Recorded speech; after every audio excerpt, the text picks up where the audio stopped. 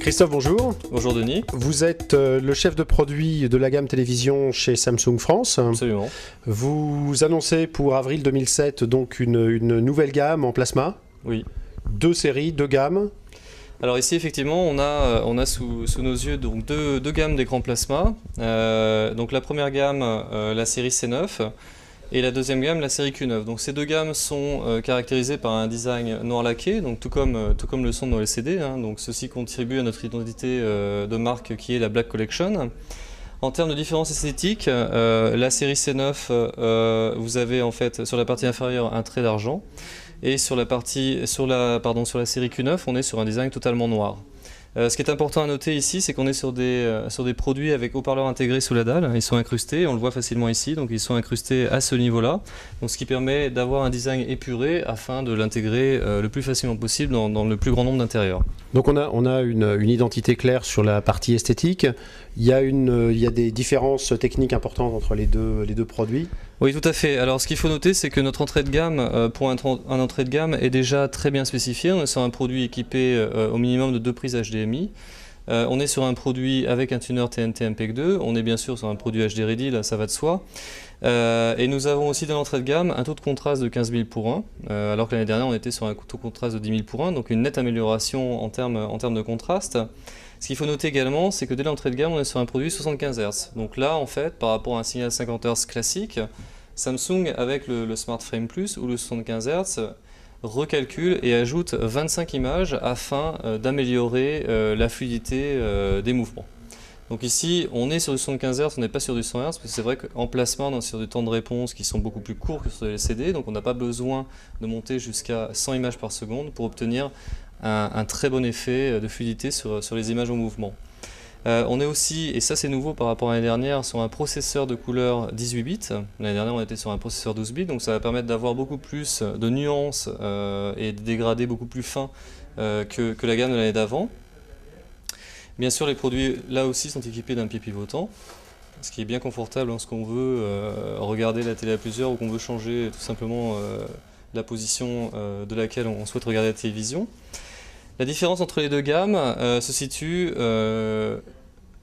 sur la plus grosse partie, sur la différence de la dalle. Alors là, je vous propose d'éteindre les écrans pour s'en rendre compte de manière plus facilement.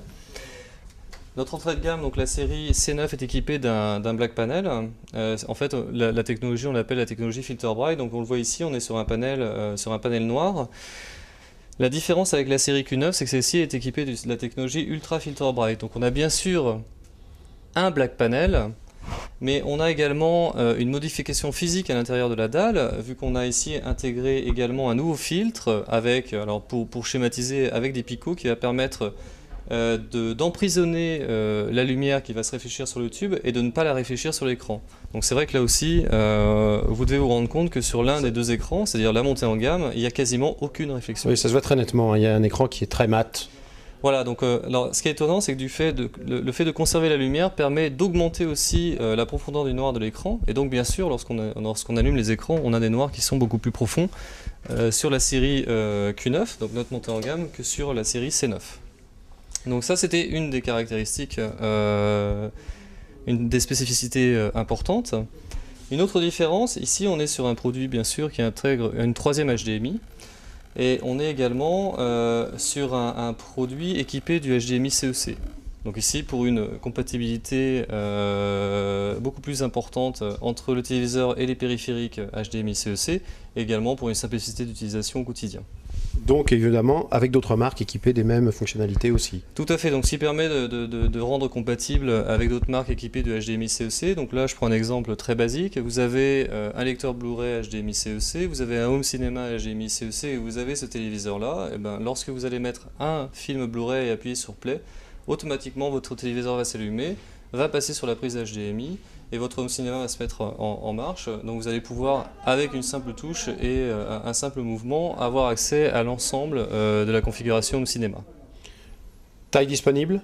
Taille disponible, 2 tailles d'écran pour les deux gammes, 42 et 50 pouces. Et ces deux gammes-là seront complétées à partir du mois de juin ou juillet par donc la grosse nouveauté cette année, deux nouveaux écrans Full HD, donc un 50 pouces, le 50p9, et un 63 pouces, le 63p7. Ça sont des produits disponibles? Disponibles fin juin, début juillet, donc des produits que nous attendons avec impatience, bien sûr. On ne peut pas vous les présenter aujourd'hui parce qu'on est encore un petit peu tôt en termes de phase de développement, donc je ne peux pas vous présenter le design, mais avec un design à couper le souffle et bien sûr une qualité d'image incomparable avec un produit HD Ready. On aura l'occasion de les voir un peu plus tard. Tout à fait, avec plaisir. Merci Christophe. Merci à vous Denis.